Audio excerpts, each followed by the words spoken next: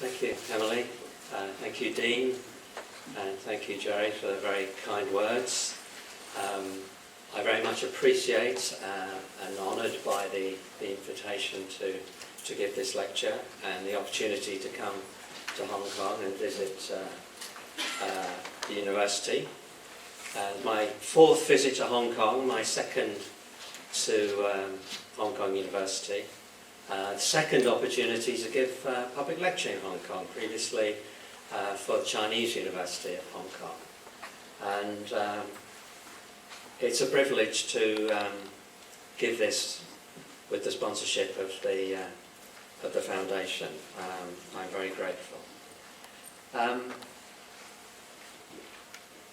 I want to talk about a set of issues that have preoccupied me for some time, and perhaps, as the Dean suggested, to provoke you to think about these issues in some particular ways.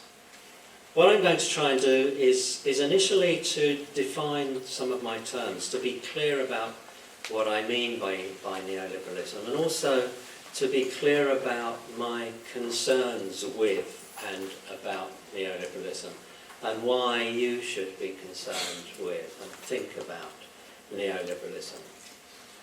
And then I want to go on to talk about some examples, some applications of the way in which neoliberalism works on us and through us. And in particular, I'm going to concentrate on and talk about the university as an object of neoliberal activity. But I could equally talk about and have written about schools and other kinds of activities. But in this sense, I want to talk about you and I want to talk about me. I want to talk about the situation we find ourselves in.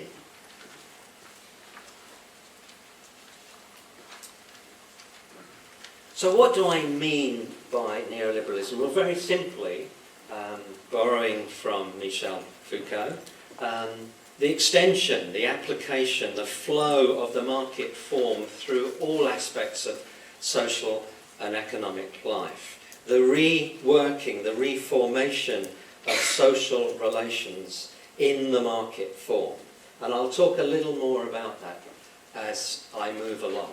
But basically, I'm thinking about the way in which the market, competition, exchange operate as a model for social life and social practice, and extends to ever more intimate aspects of our social lives and our social relations. And in relation to this, I have a dual interest, which I explore in different aspects of my work. I'm interested in neoliberalism as an economic system, as a financial model for relations between organisations. And I've explored that in a number of ways by looking at, in particular, the activities of the private sector and education businesses, in relation to education services, the delivery of state services, and also private education in its various forms. On the other hand, I'm interested in neoliberalism as the basis of experience, as a state of being, as a way in which we are produced as subjects, the way in which neoliberalism makes up our sensibilities, our values, our social relations, the way in which we think about ourselves and what we are, and think about our relations to others. So I'm interested in neoliberalism with a big N, neoliberalism out there in the world in terms of, as I say, economic relations, and also changes in the nature of the form and modalities of the state, how the state operates, but also neoliberalism in here, neoliberalism in the soul and in the head and in the heart, neoliberalism with a small n, the construction of our subjectivity and our sensibilities, and in particular the production of us as enterprising subjects. And all of this comes together at particular points of contact. The neoliberalism out there with the neoliberalism in here, to produce a particular form of governance, a particular way of being governed. And of course this is the point at which we lie, the intersection between out there and in here. This is the point at which we become what it is that we are. So I'm talking about these things in abstract. I'm talking about these things initially in theoretical terms, but I'm also talking, again as Michel Foucault puts it, about my own biography, about how I feel and live these things. So this is both an academic account and a very personal one. It's about how I live my life now, what it is that I have become. And in order to do this, in order to do this analysis of myself and of neoliberalism, I'm going to explore three vectors. The relationship between truth, power and subjectivity. And I'm going to look at those in different respects. And in particular, truth is of great importance for us here. Preeminently, universities are institutions whose business is truth. We are producers of truth. And I want to think about what that truth is today, but I also want to think about the truths that are told about us, the truths that are told about us as academics. Although again, you could say similar things about the truths that are told about teachers, the truths that are told about students, and I'll leave you to extrapolate in relation to those other applications. And my resources for doing this are threefold. I shall draw particularly on the work of Michel Foucault, and also two of his interpreters, Mitchell Dean and Maurizio Lazzarato, who's a Foucauldian economist, Italian Foucauldian economist. And I'm going to draw on their resources to try and understand the relationship between, as Mitchell Dean puts it, between reflexivity and government.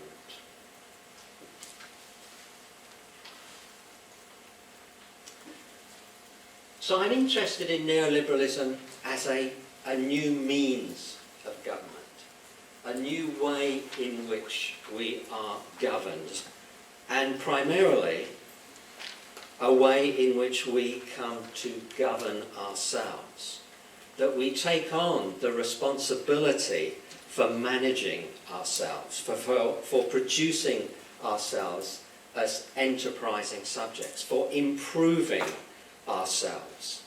In a sense, this form of governing rests upon the three primary characteristics of neoliberalism, which are responsibility, investment, and improvement.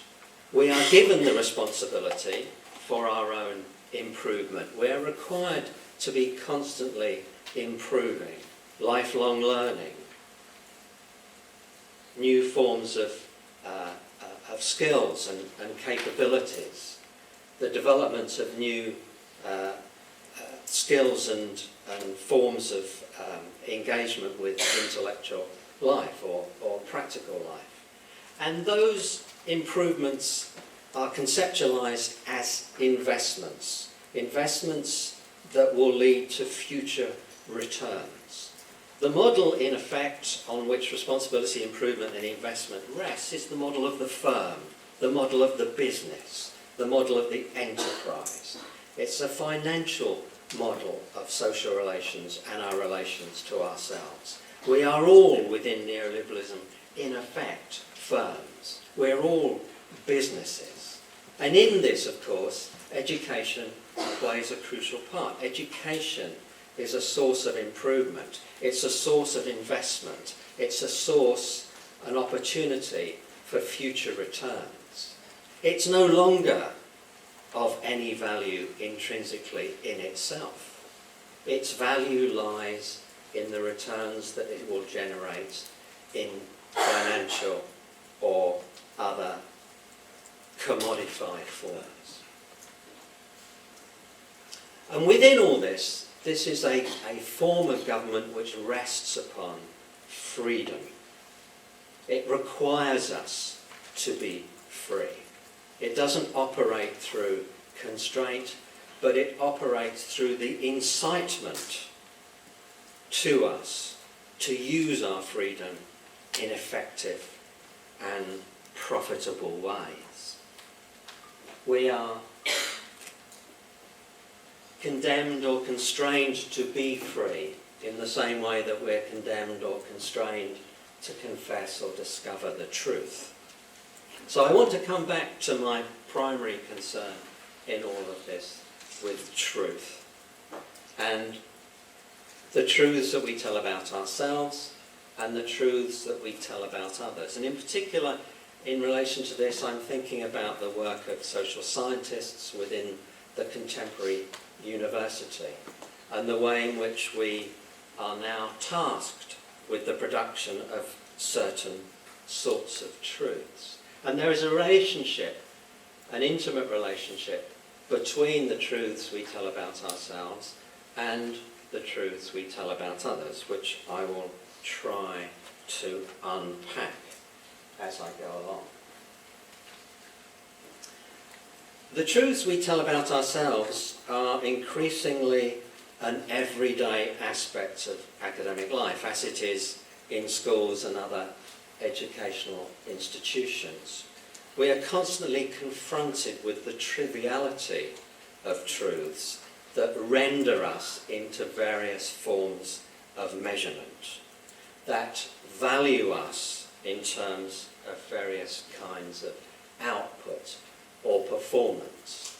And this entails what Roger Burrows terms living with the H index. And we could have a poll perhaps around the room if we had time to find out how many of us know what our H index is today, or at least the last time we checked it. In the paper called Living with the H Index by Roger Burrows, published in 2012, he actually identifies 63 different measures and indicators which are now being applied to university academics to measure and compare and rank them. This ranking is used in various ways to think about both individuals and departments and universities. And of course, universities are ranked globally now on the basis of 3 different competing ranking systems, one of which is based in China. And the point about these ranking systems is not only do they deliver, on the one hand, a system of measurement which can be used and operated on and with by various users, but they also generate profit. They're an opportunity for profit. Some of them work on a not-for-profit basis. Many of them gain income from the process of ranking. And this is a perfect neoliberal double, in effect. The work of governing, on the one hand, provides for profit on the other hand. Governing itself becomes a profitable enterprise. And this operates throughout the education system. Certainly in the UK, and I imagine here in Hong Kong now, teachers are increasingly using apps which they can download, which will enable them to continually monitor the performance of students. This ensures that every student is recorded regularly in terms of their overall performance and also their improvement over time. And as one teacher in one piece of research put it, you can click on a student. And once you click on a student, you can find out everything you need to know about them. The app will deliver it. And of course the app is for sale. And this operates as well on a more general global basis. These systems of measurement are increasingly popular with policymakers and politicians as ways of thinking about whole education systems. And the primary example for this is PISA and the PISA tests operated by OECD. What a lot of people forget when they think about the political and policy uses of PISA is that PISA is also a profit income generating activity. It in fact has become the major income stream for the OECD. And the OECD are now developing a set of other measures and tests which can be applied to other aspects of education and other dimensions of educational capability, which they will also be seeking to sell to various clients. And the next round of the PISA tests have in fact been contracted out. They will be operated by Pearson. Pearson will set the tests, administer the tests, and do the analysis of the test results. And of course, the OECD will be paying Pearson to do that. And Pearson is the world's largest education company with an annual turnover of over £5 billion a year. Although they're not doing quite as well as they were in previous years. So again, in this respect, we get a system of measurement.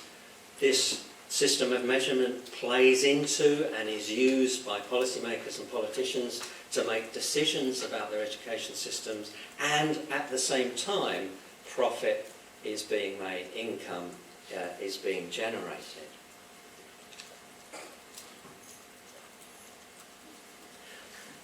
And we can monitor ourselves in all of this.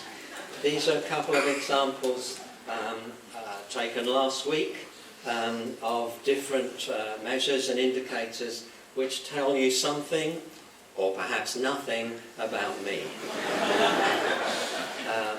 There is an upward trajectory. I suppose that's a good thing. I've also discovered that I'm on the Microsoft Academia global ranking of academics, but modesty forbids me to show you that. But these are ways in which we are represented to ourselves and to each other, and of course, crucially, represented for our employers, represented in relation to our contribution to the well-being of our institution, at least in terms of esteem or income generation. And again, this sort of material is bulked up now, and this bulked up material, big data as it's called, is increasingly again a source of profit opportunity. And the online generators, Twitter, Google, Facebook, etc., now collect and analyse and sell our data as users of their systems. They sell them to businesses who are interested in market research of various kinds. They're interested in selling them to governments in terms of the behaviour of the population. They are in effect monopolising and monetising our relationship to the internet.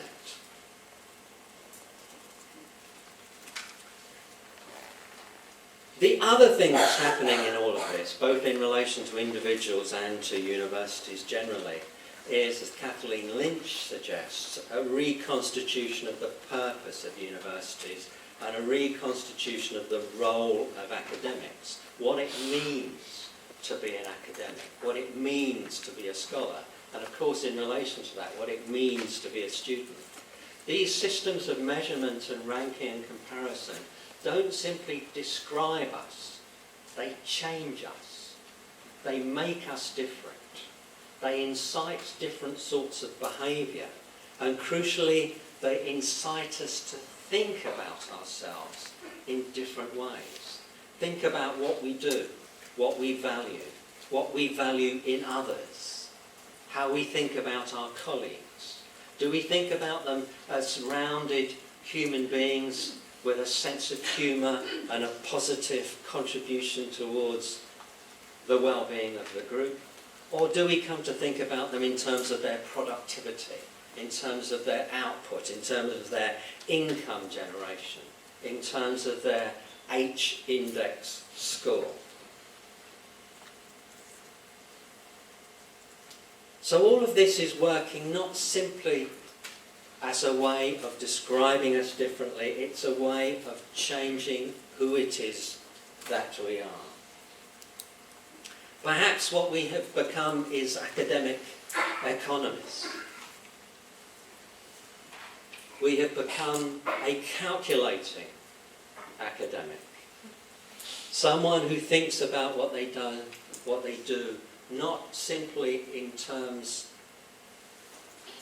of the possibilities of thought, the possibilities of insight, but rather the productivity of our research.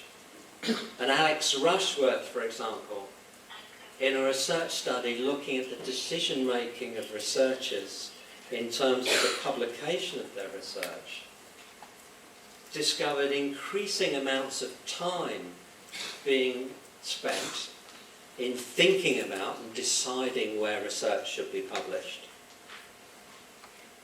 and increasing amounts of time and resources devoted to ensuring that research was published in particular places. So not only is this changing how academics think about what they do, it's actually changing the allocation of time and energy in relation to research activities.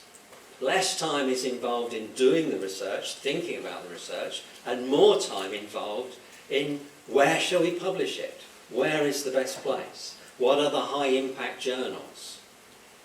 What is going to get a good response in terms of our H-index?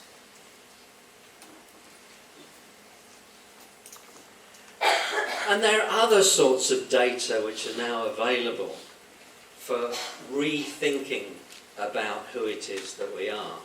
In the United States, although it's spreading, there's Rate My Professor, which is a website which enables students to rate their professor and to record comments about the effectiveness of the teaching of their professor.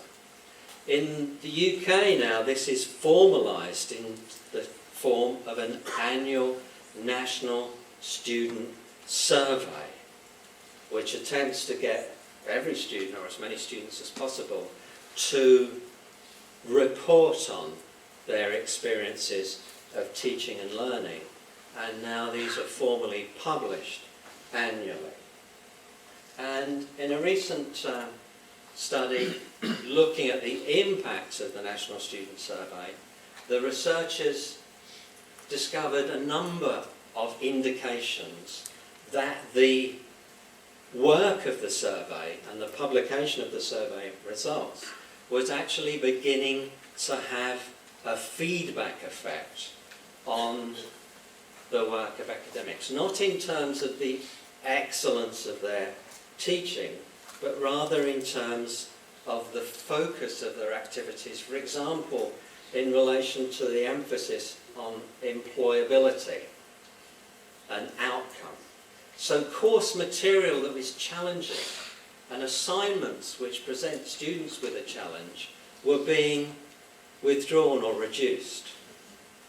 Inasmuch that these were challenging, they presented hurdles or difficulties to the students in terms of their outcomes and their scores, which would then have deleterious effects in terms of their employability, and that was not what students wanted, and lecturers were beginning to accommodate to the demands of students for assignments on which they could score better and more easily to improve the possibility of access to the labour market. So this is not simply changing how universities teach, it's actually changing the levels of expectation that universities have of the performance and the understanding of their students. And as the researcher here suggests, this may help explain the massive increase in students achieving first class and upper second class degrees. Not better teaching, not better courses, but changes in the level and the requirements of assignments being set for students. So again, these measures, these indicators, these forms of reporting are beginning to change the practice of academics, not in terms of the quality of their work, but in terms of the way in which they think about what it is they're doing. And flooding through all of this are the affects of neoliberalism, the emotions of neoliberalism. This is not simply a matter of abstract techniques. It's not a matter of the dry formalities of governing. It's not a matter simply of the technologies of ranking or comparison. It's also to do with fear and anger and anxiety and guilt and envy. These things are incited by, inflamed by the processes of comparison, the expectations of improvement. In effect, people's emotional well-being is being damaged by the affects of neoliberalism. The politics of naming and shaming and faming ignites competition between academics, between departments, between universities, between countries.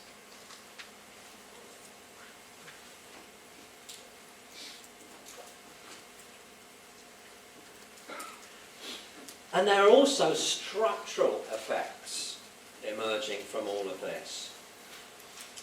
In the UK now, higher education has the second highest proportion of casual and part-time labour of all of the sectors of the economy. The only sector that has a higher proportion of part-time and casual labour is tourism and hospitality. Approximately a third of all UK academics now either work part-time or on fixed-term or casual contracts. And this in itself is a response to the new conditions of the neoliberal educational economy, in particular the demand for flexibility. And flexibility can mean responding to the demand of students for courses. It can also mean being able to dispense with the labour of those academics who are underperforming in the university economy. And this is one of the key states of being of neoliberalism, as Lazzarato puts it, which is precarity. That increasingly large proportions of the labour force in universities and elsewhere operate in precarious economic circumstances, with short-term contracts, with 0 hours contracts, with fixed-term contracts.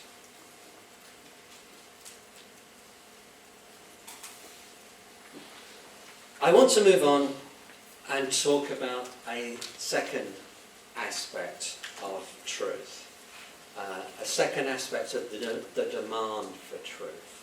And this is the truths that we tell about others, the truths that universities, social scientists tell about others. And again, as Michel Foucault puts it, power never ceases its interrogation.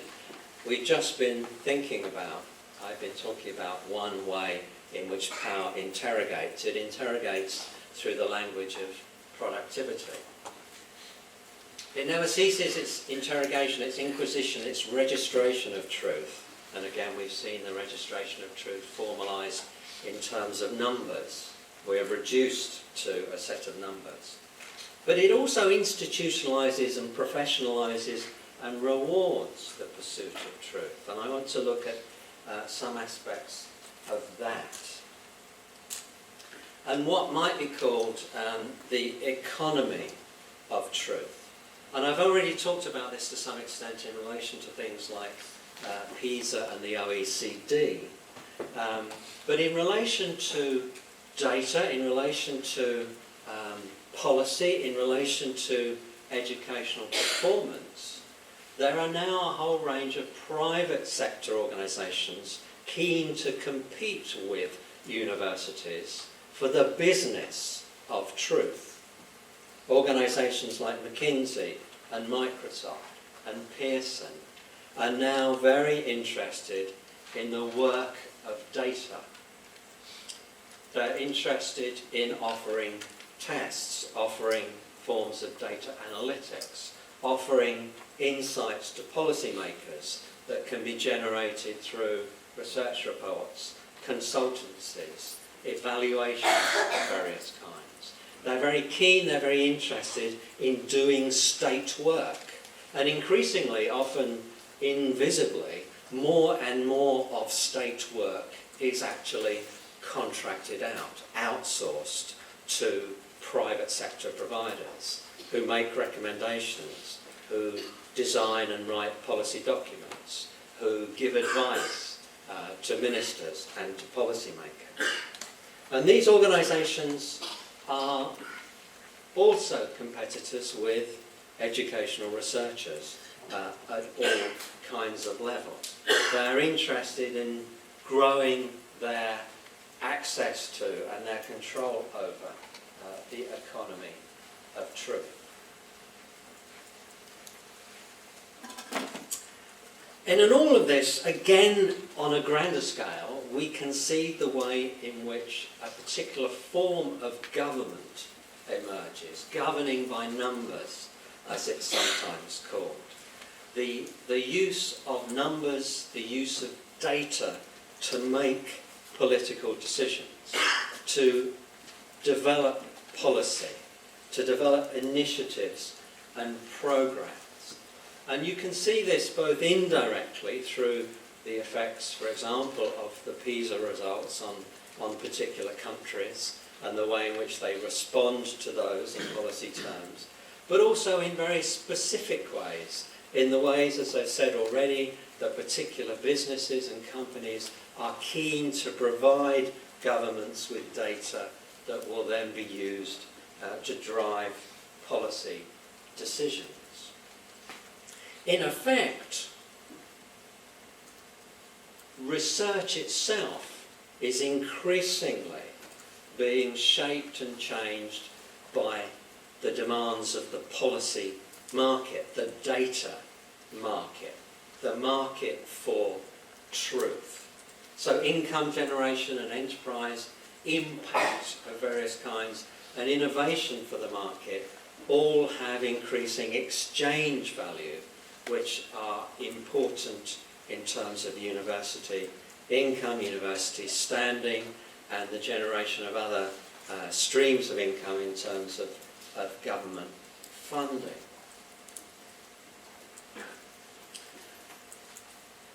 And specifically in relation to social science research, what is happening here is the development of forms of research, forms of data, which can be applied to the management of the population.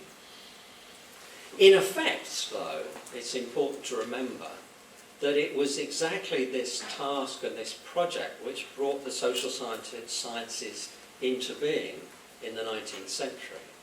The modern social sciences, sociology, psychology, economics, biology, linguistics, and others, developed in the 19th century very much as a response to the problems of the management of the new urban working class population that was flooding into cities at that time.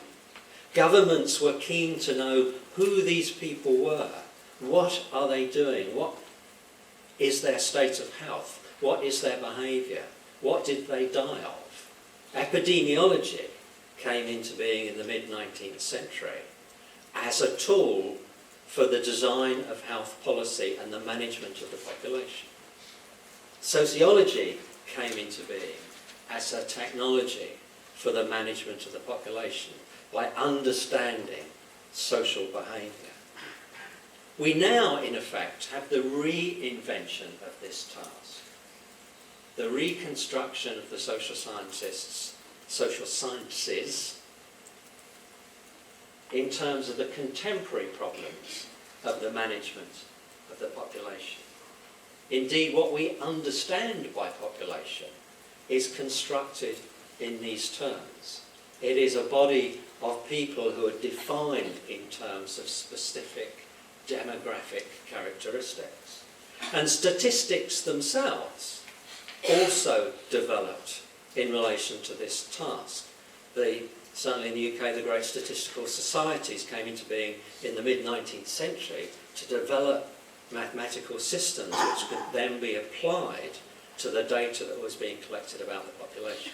And the term itself, from the German, Statistik, means state numbers, government numbers. And statistics were first developed in a fairly primitive way in Germany in the 17th century to monitor the movement of trade across the borders between the different German principalities.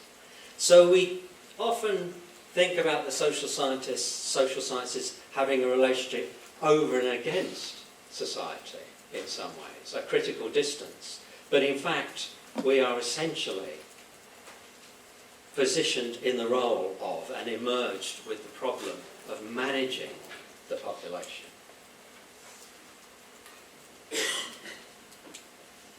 And as I say, contemporary social science is being reinvented in relation to this task, in relation to generating data that can be used effectively to make political and policy decisions.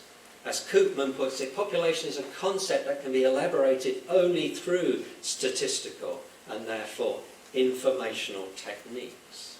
How do we know the population? Essentially, we know them through these techniques of data collection and data analysis. And all of this generates data work. It generates a new form of activity, which is both, again, in this dual respect, the work of governing and the opportunity for income generation. And this operates, as I suggested earlier on, at all different kinds of levels. Most schools now are engaged in various forms of data work, crunching the data about their students, either for making pedagogical and organisational decisions about teaching and learning, or for the management of their performance in relation to external indicators. And this, of course, raises a whole other set of issues about what in statistics is called gaming, which is the way in which one can manipulate one's outcomes in various ways.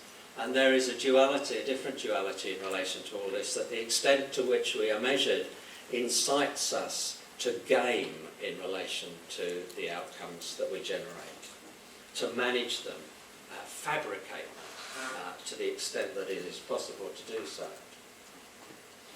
And we're increasingly in the thrall of big data, and universities and private providers are interested in the opportunities of big data.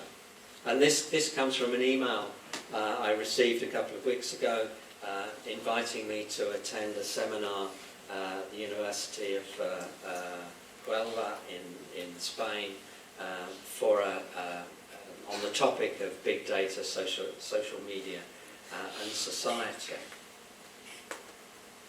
But big data is now emerging as big business around the world, and is the basis for evidence-based policy. And a recent White House report, published 2014, indicates the role that big data now plays in relation to policy. The report says big data will become an historic driver of progress, helping our nation perpetuate the civic and economic dynamism that has long been its hallmark. So big data now, in effect, is part of the Enlightenment project of progress. It's a way of reflecting upon and managing the improvement of the population, driving investment in terms of particular sorts of policy with particular sorts of outcomes or returns in terms of civic and economic dynamism. And the report goes on to talk about the very powerful techniques that can be generated from data analysis and applied to policy work, with, as a fairly muted caveat, a concern that this should be balanced against privacy and other core values of fairness, equity and autonomy, although what that means is not actually discussed in the report.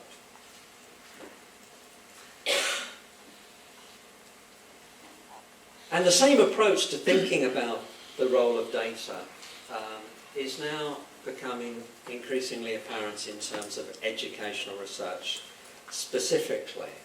And there is the development of a set of expertise and a set of techniques which are being used to identify effective and cost-efficient programs and initiatives.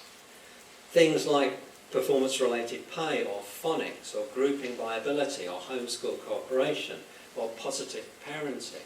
Efforts are being made to measure the effectiveness of these techniques in relation to student learning, inevitably in relation to student performance, but at the same time over and against cost.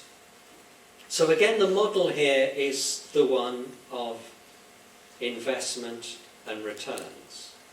What kind of program is worth investing in for a teacher, for a classroom, for a school? What is going to generate the best returns in terms of student performance most cheaply? And one exponent of this in the UK is the Education Endowment Foundation, which, as well as a great deal of charitable funding, also receives now the bulk of government education research funding.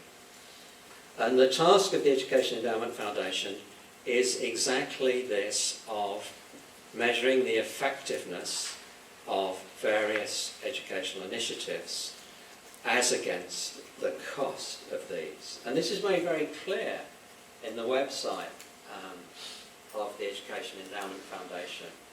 At the bottom here, as they explain, we believe that educational research can help schools get the maximum educational bang for their buck. In effect, what they're saying is that teachers and schools, using their data, using their toolkit, can make decisions which will allow them to choose the most effective and cheapest way of teaching in order to raise the performance of their students. So again, the incitement is to act as though you were a business, to act as though your classroom was a business, to think about investment costs as against benefits and returns.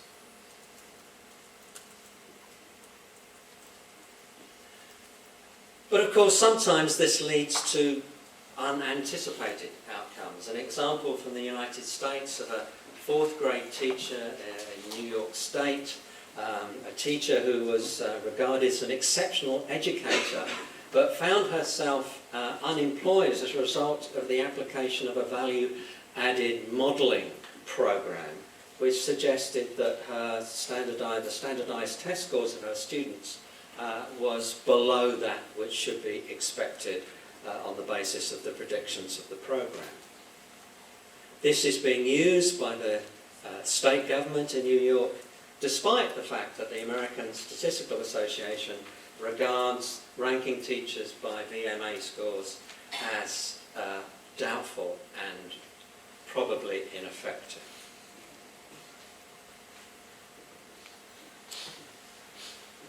In relation to this, the object of measurement increasingly becomes meaningless. It's performance, measurement itself which is valued, not the intrinsic worth of the activity. And I like this quote, it captures that quite nicely. There's simply no useful way to assess the long-term economic impacts of either the Human Genome Project or of the Parthenon, and to do so is to miss the point. Pericles didn't build the Parthenon to draw tourists to downtown Athens 2,500 years later. The fact that it is now a tourist attraction does not explain its value. The value of the Parthenon is not to be understood on the basis of how many people visit it every year. But increasingly, that is how it is valued. And that is how we think about student performance. We think about it as a thing in its own right, not necessarily without any backward reference to something we might call learning. And indeed, in many respects, there is an increasing gap between performance and learning, except inasmuch that we know that students can learn to perform better. The more you test them, the better they get being tested. What we end up with is an artifactual outcome, which may actually be fundamentally misleading. But research like this makes the world intelligible in particular ways, and it forecloses the possibility of other patterns of intelligibility. It provides us, as I've indicated at the beginning, with frameworks of intelligibility through which we're encouraged to understand ourselves in particular ways. And if we seek to make ourselves intelligible in different ways, we risk being unintelligible to those who make decisions about our future. We risk being meaningless in the other sense, inasmuch as we are unrecorded, inasmuch that we underperform, inasmuch that our H index doesn't come up to scratch. And the other effect of all of this is that of depoliticisation. But increasingly within all this, pedagogical decisions, policy decisions are rendered as technical issues. If you've got the data, you've got the evidence, you can make a decision on the basis of the best possible, the most effective, or the cheapest outcome. Discussions about values, about purpose, are displaced, rendered irrelevant.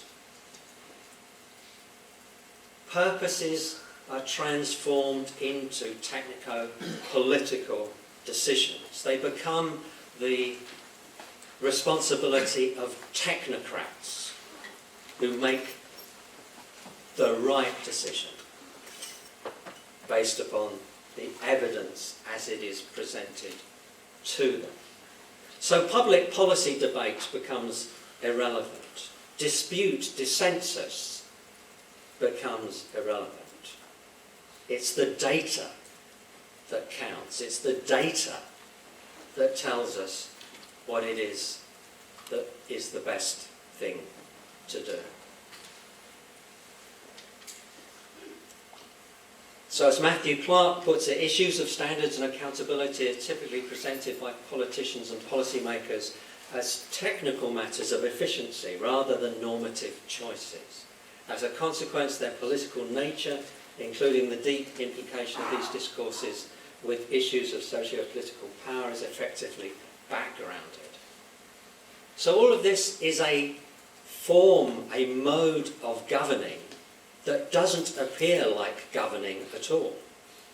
It actually appears like technical, pragmatic, data-driven decision-making. So in all of this, putting it together and coming to an end, as academic subjects, we increasingly live a data-based life. This life is enabled by measurement, by ranking, by comparison, by algorithms and inferential statistics of various kinds. We are literally rendered into numbers. More and more these days, applications for positions or promotion are littered with numbers which are used to represent the worth of the applicant. They come to represent the ways that we think about ourselves, the ways that we manage ourselves, the ways in which we make decisions about our academic activities in order to improve our performance, to drive up our scores. So we're governed by numbers, but on the other hand, as I've tried to suggest, we're also governors. We do the work of governing. So on the one hand, we earn income directly or indirectly for our university through our research work. We can improve our outputs and impact in various ways that contribute to the development of this evolving meta-self, this data double that is us for the purposes of promotion or performance-related pay. And again, at the same time, we contribute to the efficiencies of business and government in making or saving money and driving up performance or improving standards and quality. All of this goes on at the same time. And this leaves us, and I'll finish with this, with a fundamental conundrum as far as the university is concerned. If it is, as I suggested earlier, quintessentially an organisation that is concerned with the production of truth, what does that mean in relation to what Foucault calls truth-telling, parrhesia? What space is there for truth-telling in the contemporary university? What is the role of the academic as we go through the dark times of neoliberalism vis-à-vis truth-telling? What are the possibilities available to us to think about different sorts of truths and the telling of truth as part of our academic labour? Thank you very much.